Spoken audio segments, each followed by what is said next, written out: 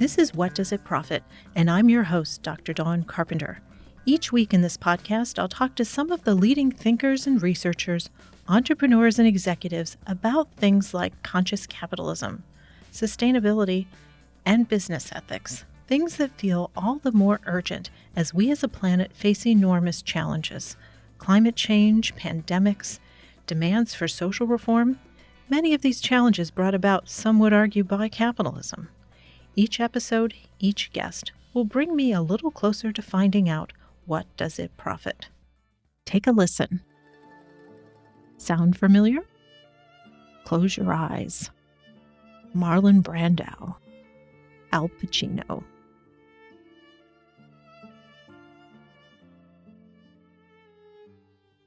No. This is not the family business we're discussing today. Take a listen to this. The bells of Ravello, Italy. Today, I'm rewinding the clock to the days before COVID, to a better time. In today's episode, you're going to join me on a trip I took to the Amalfi Coast of Italy, just south of Naples and Positano, and a little north of Salerno. There's a village called Ravello. I like to think of today's episode as kind of a Christmas gift. However humble it may be without the breathtaking sights and the sumptuous smells you miss as podcast listeners.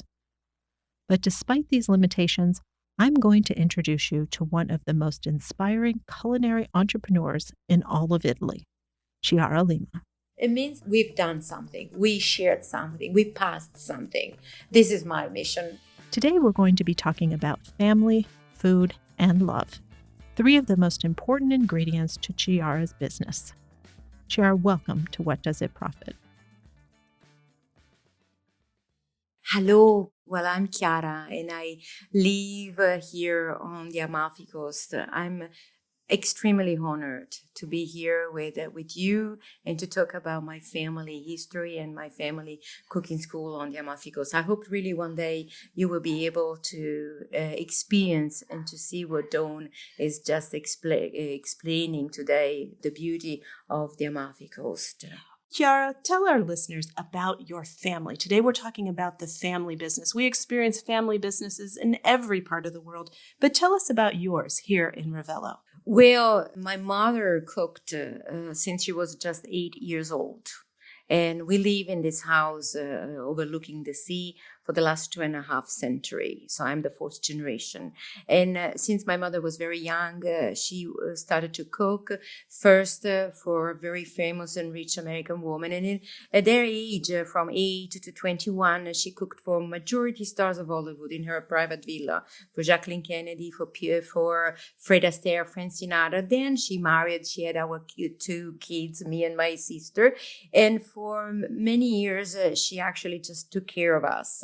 When I was about 18, I left the family and I came back about 8 years after, and we started Mamma Agata Cooking School. Actually, I started Mamma Agata Cooking School for a simple reason.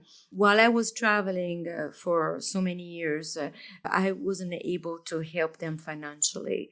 And when I came back, my parents were broke. I mean, they're really on a social money. So I said, okay, let me get a job. And I got a job as sales and marketing in a famous hotel, a 5-star hotel in Ravello. And then I thought, it was not enough. I couldn't help them enough to fix the garden because we have a big house with a lot of garden and the wall were all down. The vegetables, everything was a mess.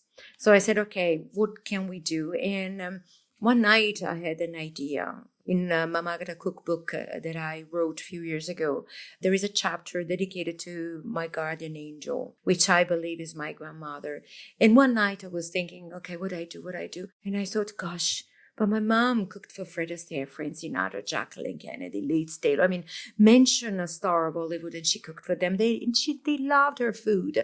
I thought, okay, let's do a family business. Let's use her talent, her happy hands, to create and to teach people traditional Mediterranean cooking school.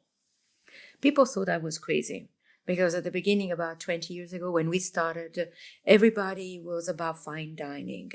And I thought, but we were not French. we are Italian. We don't use butter. We use olive oil, and we don't use mushroom. We use cherry tomatoes. And I went on. The hotel where I was working, and most of hotel at the Amalfi Coast, loved my idea because it's all about traditional. My family lives in this house for the last 2.5 centuries, so it's very traditional what we cook and what we teach to our students. And we started the cooking school almost 22 years ago. We started, and I had no money to buy a computer. I had no money for nothing. Just I had a web host in England, and I started to host a web page, a page of Mamma Agata. And we started to have the first students from America, and then they took to their friends and friends to their friends. So it was like a word of mouth. And few years after, Bravo TV arrived, and then we started to have also some stars of Hollywood like Pierce Brosnan, Celia Ward, Kurt Warner, or Mark Ruffalo. But the family rescued everything. We were able, thanks to my mom cooking, to fix the garden, to fix the property. We were able to rescue the property. And today, we still do that. I mean, it's me, it's my mom cooking. Mom is 78 years old now. It's my husband cooking. And my husband Gennaro is a sommelier, he's a chef, is an olive oil taster and a cheese taster. So we all work together because, Italian love family. And my family works very hard to preserve what we have. We have a lot of garden, and we work very hard to protect and to keep our garden. We have a lemon grove, and a few years ago we almost had to cut the lemon grove. It's too expensive to keep a lemon grove. But me and my husband, Gennaro, we said we can't cut the lemons. It's part of our family. It's like the family, the house, the garden, the lemon trees are so old. And so we decided to turn the lemon in a business. So now we make the Lemoncello, and thanks to the Lemoncello sales, we protect our lemon grove. And this is only one of the idea. We have the olives in the mountain. We make our extra virgin olive oil, but we work very hard. But as a family. We talk about how we use our values to engage with our work. And I'm hearing this from you. I'm hearing contribution. I'm hearing love. I'm hearing family. Yeah. It's very important to keep together.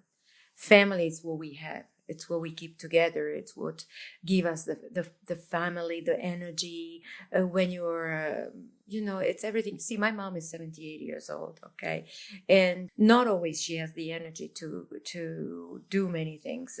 But she keeps going. She keeps going because she knows that also doing the cooking class, we can pay for the money for the kids to go to school.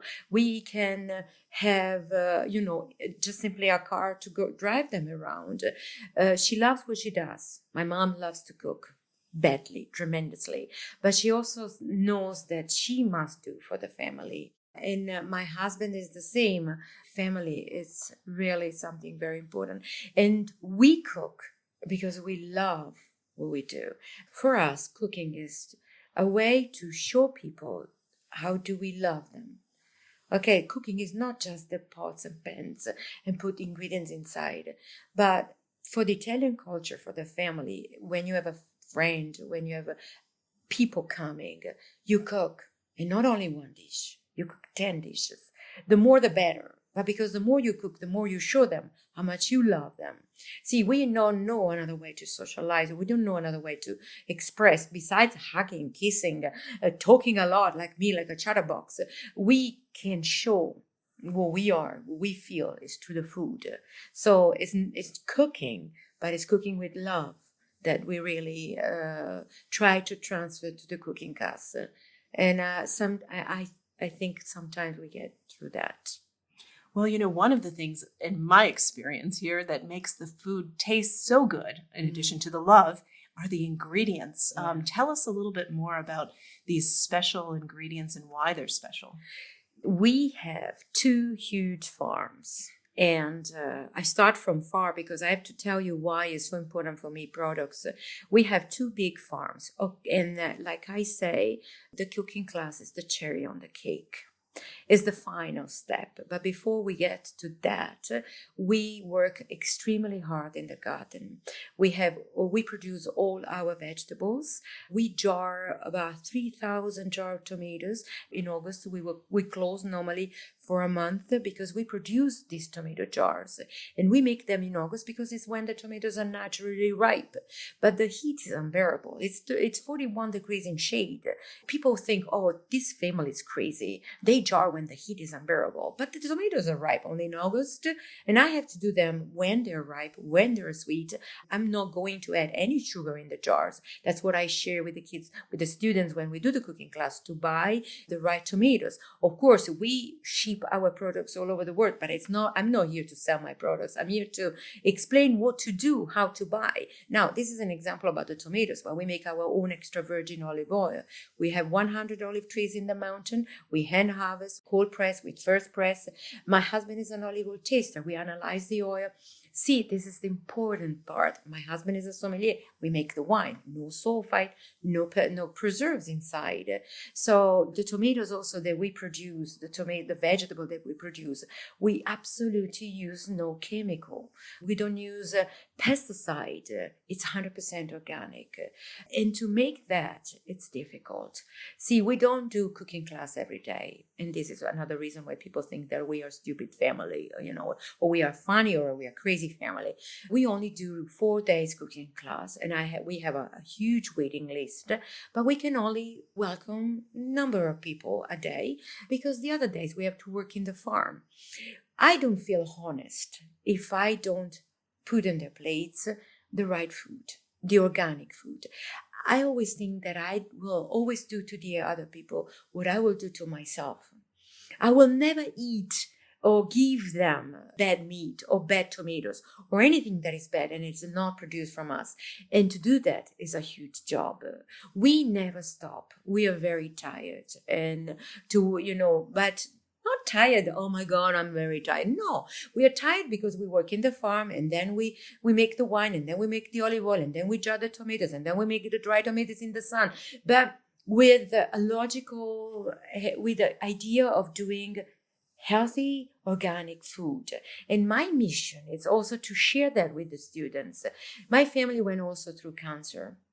I know I've been days and days and days in hospital where the people has chemotherapy, where people, lose their hair. And I went through everything possible about natural eating. But then, natural eating is what I do. It's about extra virgin olive oil. It's about good cherry tomatoes rich of lycopenes. That's why even more today after these, we are extremely, I can shout this, extremely careful about what we put in our jars. Because I know that the tomatoes contain lycopenes, which is good for cancer. I know that the extra virgin olive oil from food it contains a lot of antioxidant. Oncologists today said, use a lot of extra virgin olive oil, regenerate your cells. Now, as an oncologist, as a cancer person at a cancer, but in general, good, healthy food is what keeps us healthy. So we will never use any pesticide in our food. Today, even more. Already we were organic 100%, but today my mission is also to take care of the people. I have people that had cancer here and they survived. I had cancer, breast cancer, brain cancer, colon cancer here. And I know their feeling. I know what they went through. I know what is good for them. And I keep going on extra virgin olive oil. What is good, what is bad. And this is also the reason why I'm so strong in what I say during the cooking class. I know what I mean, not only in buying food, but the healthy food. For people that has to buy, and for me that produce the food, I have to produce in the right way. So this is my mission. My mission is not only to put food on the table, but put healthy food and to explain to people how to use it, but also how to buy it. Mission is also to teach people to stop buying products out of the season. We have a season for everything. In season, we can control the quality. Out of season, where is food coming from? How they grow this food? Are they using healthy methods? We think sometimes to be vegetarian can be, good, and it is good. But where is this food coming? Are the vegetables healthy? This is also something that we have to take care. The chicken, we serve chicken. We have our free range chicken. We raise them without hormones, without antibiotics. So long story short, what I mean is that we have to put the passion and the love in what we put in our, in the way that we cook, but it's also what we put in the pan that is very important. The result for all of us of very healthy food, very quality food. And in everywhere in the world, there are people that do a great job.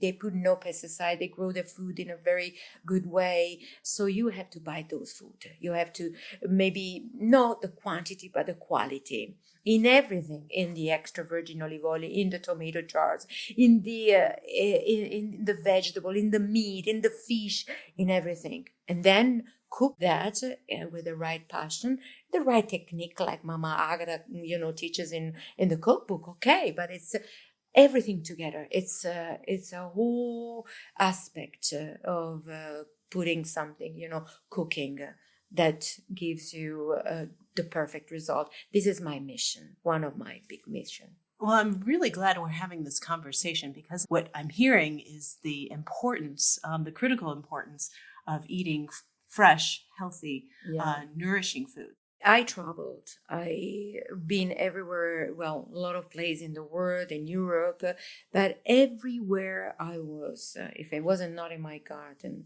the first thing I do, I hunt. What is around me? Who is around me? Who sells the fish? Who sells the fish, the chicken, the meat, the vegetable? And I met the most amazing people. In Ireland, I met a lady from Holland. And they were growing vegetable in Ireland, but I was hunting. I was asking around, who sells the vegetable? Who's this lady? Who does this? Who does that? Who raised the animal? Who they raised? I mean, I talk a lot, and not only when I have to explain things, but also when I have to buy things. If I'm not at home and I don't know where I am, who is producing my vegetable, then I chat like a crazy.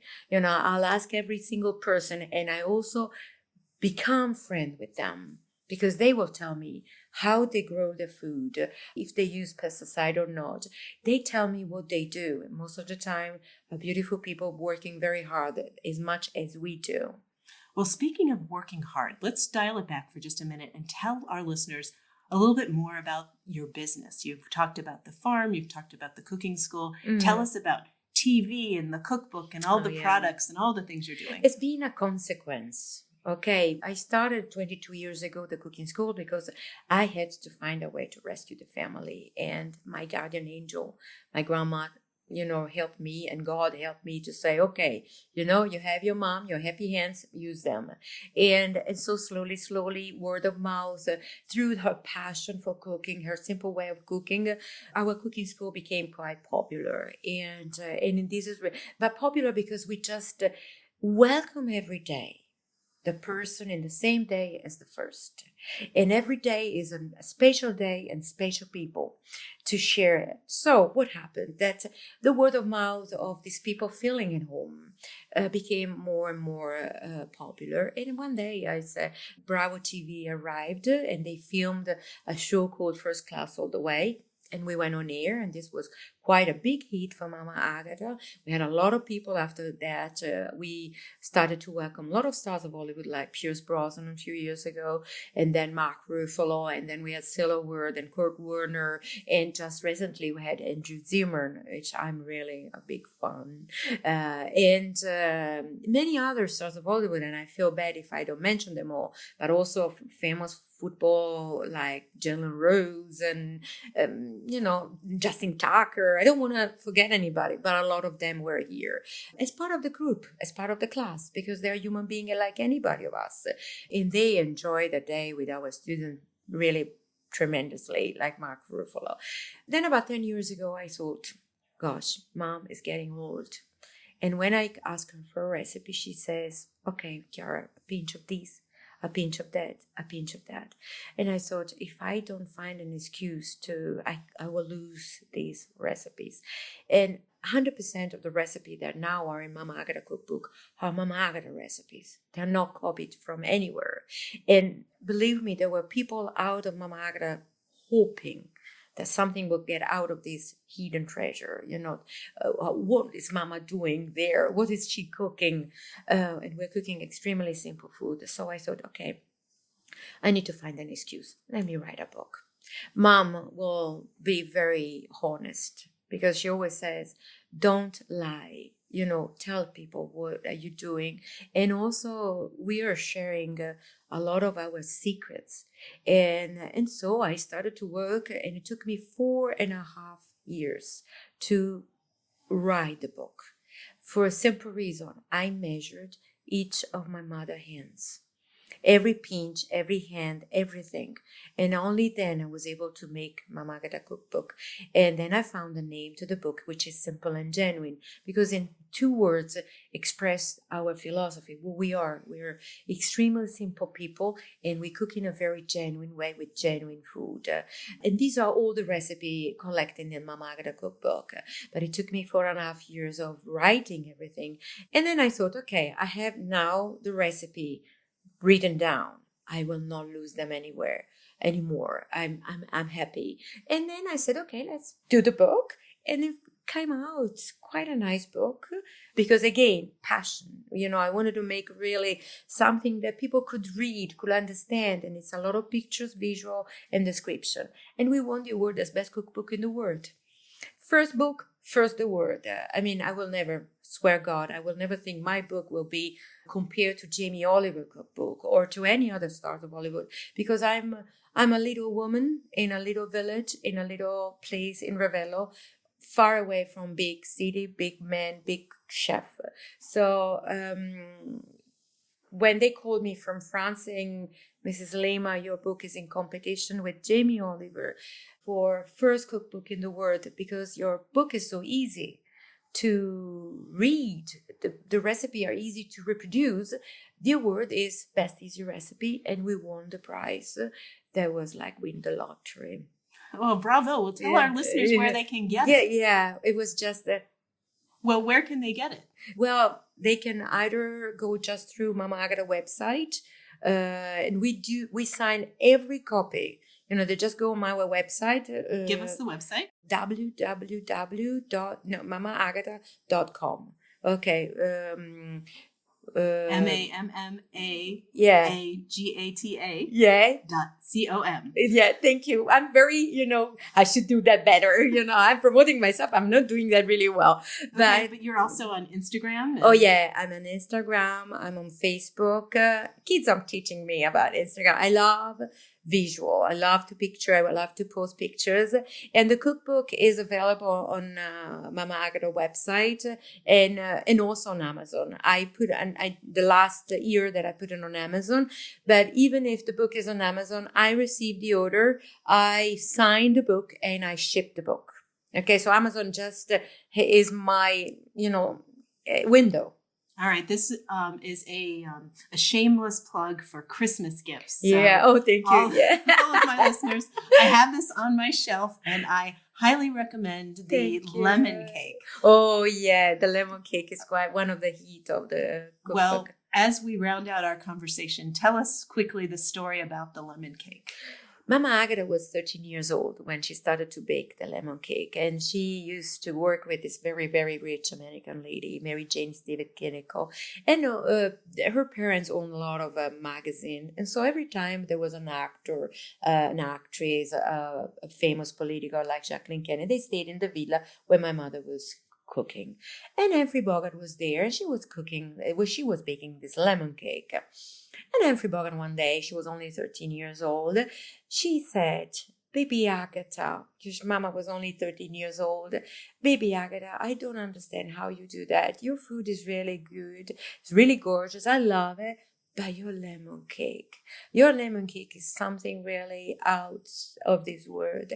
And because Humphrey Bogart at that time was doing a film in Ravello, there was a lot of team in the villa, so a lot of them were eating the cake. And Mamma Agata was baking for him 3 times a day the lemon cake, as much as Humphrey Bogart has to have this cake there available, So starting from there, at the age of 13, my mom now is 78 years old. The lemon cake is always in this house, and every family, every person, every student, every stars of Hollywood that have been here. The last one, we had is Andrew Zimmern, and we were on his show on Travel Channel. He raves about the lemon cake.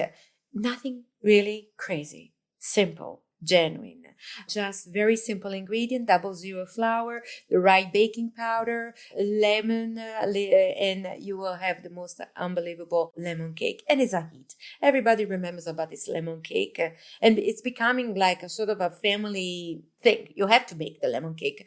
You go to Mamma Agata, you taste it, and you go home, you learn to make the lemon cake. And then becomes a moment with their family, and the family with their family. This is becoming like a sort of a chain lemon cake. Everybody bakes the lemon cake and becomes a family reunion, family moment. So that makes me happy because it means we've done something. We shared something. We passed something. This is my mission. It's not just, and believe me, it's the truth. It's not just for the money, it's just for the joy of sharing, for the joy of giving, for the joy of pass not only the technique in cooking, but the feeling. That's what I work very hard during the day, to watch the people in the eyes and to try to penetrate their soul through the eyes. Well, I don't think that we could have had a more beautiful story about how work is about much more than money. Oh, thank Chiara, you. Thank you so much. Thank you, Dawn, for giving me the opportunity to share this and to pass my feeling. Oh, be careful. I get sentimental. Thank you so much. Thank you to you all. This is What Does It Profit? Links to resources related to the issues we've discussed in this episode are in the show notes, including links to Chiara's cookbook and sumptuous food items. I invite you to join our listener referral program and check out our list of friends on our website, whatdoesitprofitpodcast.com. I also encourage you, as I did last week, to check out a really interesting new podcast called Uncertain Things. It was started this year by two journalist friends and roommates, Adam and Vanessa, as a way of finding meaning in these crazy times. They have free-flowing, far-ranging, and occasionally irreverent conversations with really smart people, historians, economists, moral philosophers, and even artists. And in January, they'll be talking with me. On behalf of all of us at What Does It Profit, I thank you for getting to know us this season. We thank you for the downloads, the ratings, and the reviews. We also thank you for getting to know us on social media at WDIP Podcast. Stay tuned for our Season 2 trailer and a couple of bonus features between now and Episode 1 of our next season that will be available on Wednesday, January 20th, 2021, a date not lost on us, when we in the United States welcome into office our new president. Whatever your politics, whatever your view of the world and of business, you are always welcome here at What Does It Profit? Thanks for listening. Talk to you soon. What Does It Profit podcast is written and hosted by me, Dr. Dawn Carpenter. The show is produced by Jordan Gaspour. Executive producers are Nate Toby and Barbara Landis. Special thanks to our talented interns Nate, Niels, Hannah, and Andrew, and our friends at Georgetown University's McDonough School of Business, Kalmanovitz Initiative for Labor and the Working Poor, Business for Impact, the Beck Center for Social Impact and Innovation, the DC chapter of Conscious Capitalism, and Switch and Board Studios. Before I let you go, let me remind you to never stop asking yourself, what does it profit?